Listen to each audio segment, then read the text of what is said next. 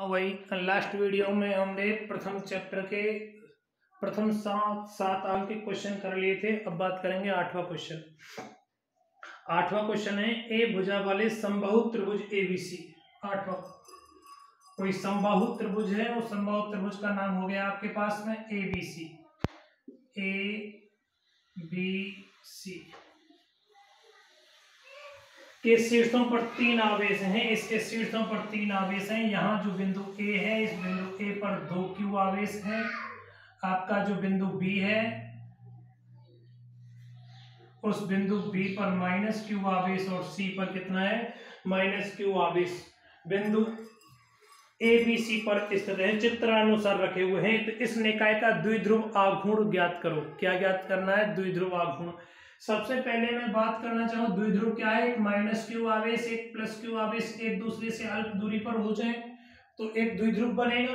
चलो देखो आप, एक -q आवेश, इस 2q को मैं तोड़ दूं, +q और +q, तो एक आघूर्ण तो ये बन गया, एक आघूर्ण ये बन गया। बना या नहीं बना? इसके आघूर्ण को मैं क्या बोल दूं? इसके आघूर्ण को P1 बोल दूं और इसके आघूर्ण को क्या बोल दूं? P2 बोल दूं। कोई दिक्कत थोड़ी है। अब देखिएगा, हम आघूर्ण की डायरेक्शन देखना चाहें तो आघूर्ण की दिशा होती है आपकी ऋणावेश से धनावेश की ओर। इसकी दिशा P1 की दिशा किधर होगी? इधर होगी, है ना। और P2 की दिशा ऋणावेश से धनावेश की ओर इधर होगी। होगी या नहीं होगी? यहाँ आपके पास में देखो नाव आघूर्ण P है, यहाँ P1 और P2 हैं, वो आपस में बराबर हैं। ये किसके बराबर है? मैं मान लेता हूँ P के बराबर है। एक्चुअली P बराबर क्या होता है आपके पास? Q into D। लेकिन D क्या है? दोनों आवेशों के मध्य की दूरी।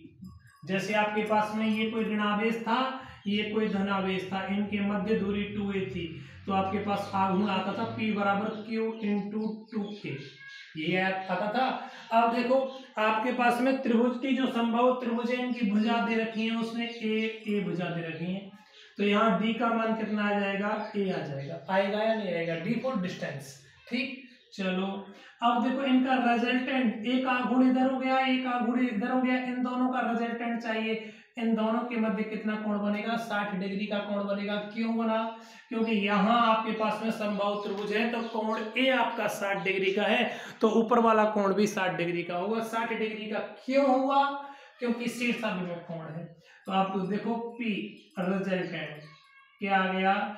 √P1² + P2² + 2P1 P2 cos of theta.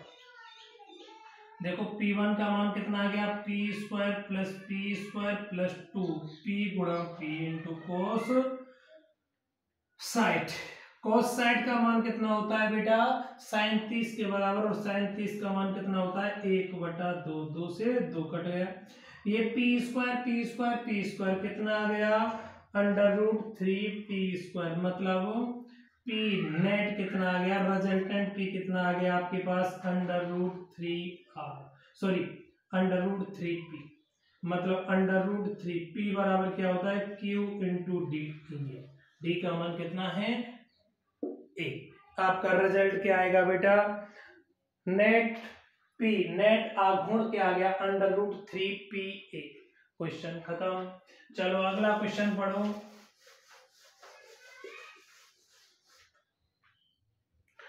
अगला 9वां क्वेश्चन है।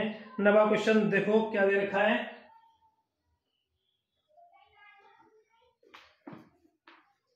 दो समान छोटी गेंदें, प्रत्येक का द्रव्यमान m तथा प्रत्येक पर आवेश Q, सिल्क के धागे, प्रत्येक की लंबाई L है, चित्रानुसार लटकाई गई हैं। इनके मध्य x दूरी है तथा उनके मध्य जो कोण दे रखा है, वो कोण का मान कितना है? आपके पास में 10 डिग्री दे रखा है। आप देखो ऐसे कोई डायग्राम दे रखा है, दो बॉल हैं, ये सिल्क के धागों से, सिल्क की रस्सियों से लटकी हुई है।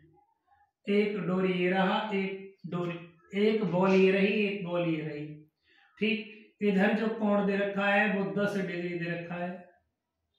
श्योर ये वाला कोण मैं मान लेता हूँ थीटा, लेकिन यार थीटा का मान कितना होगा? ये भी थीटा होगा।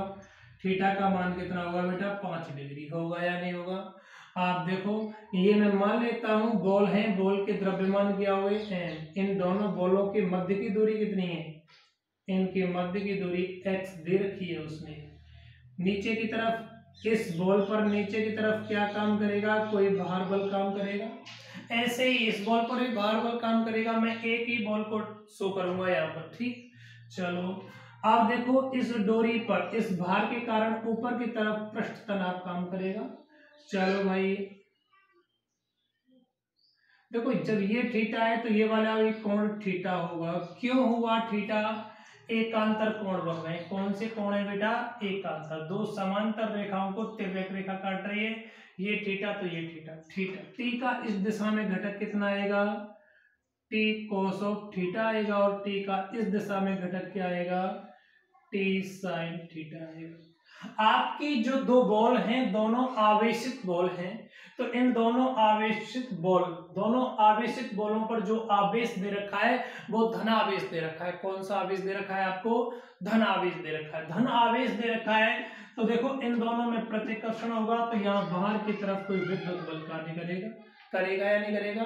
तो इनके संतुलन की अवस्था क्या होगी, आप देखो टी साइन थीटा, संतुलन इन बैलेंसिंग कंडीशन, संतुलन की कंडीशन में टी साइन थीटा बराबर एफ आ गया। ये बात अलग है, एफ का मान कितना है, इनके मध्य विद्युत बल या कूलाम बल के बराबर होगा। विद्युत बल कितना होगा, आप देखो के Q1 Q2 upon are square, are की जगह क्या कितना लिख दिया मैंने, एक्स दूरी है दोनों की मध्य की दूरी।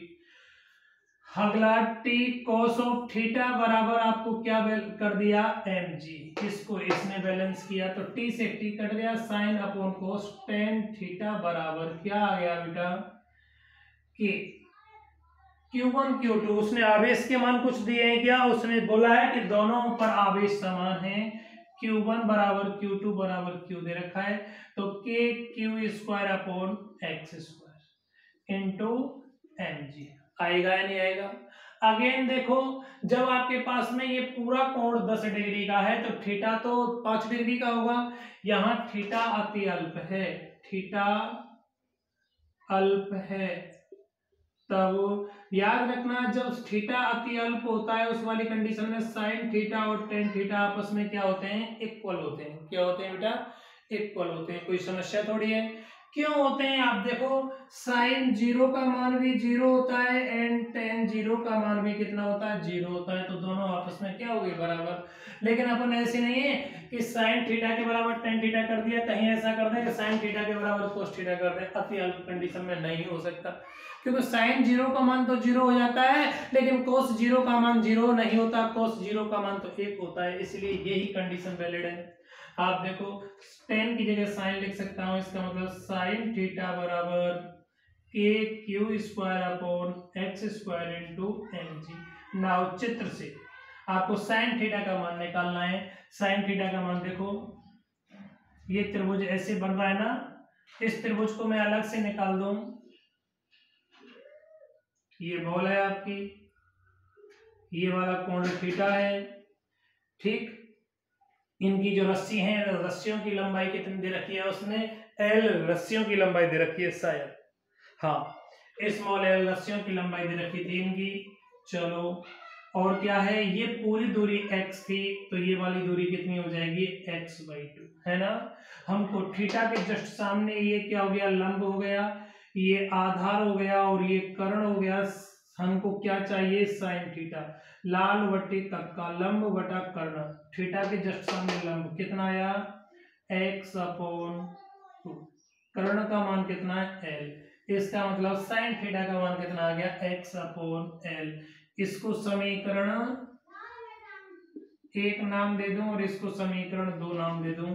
समीकरण 1 व 2 से आपको क्या मिलेगा, x/2l बराबर के Q square upon X square into M जी।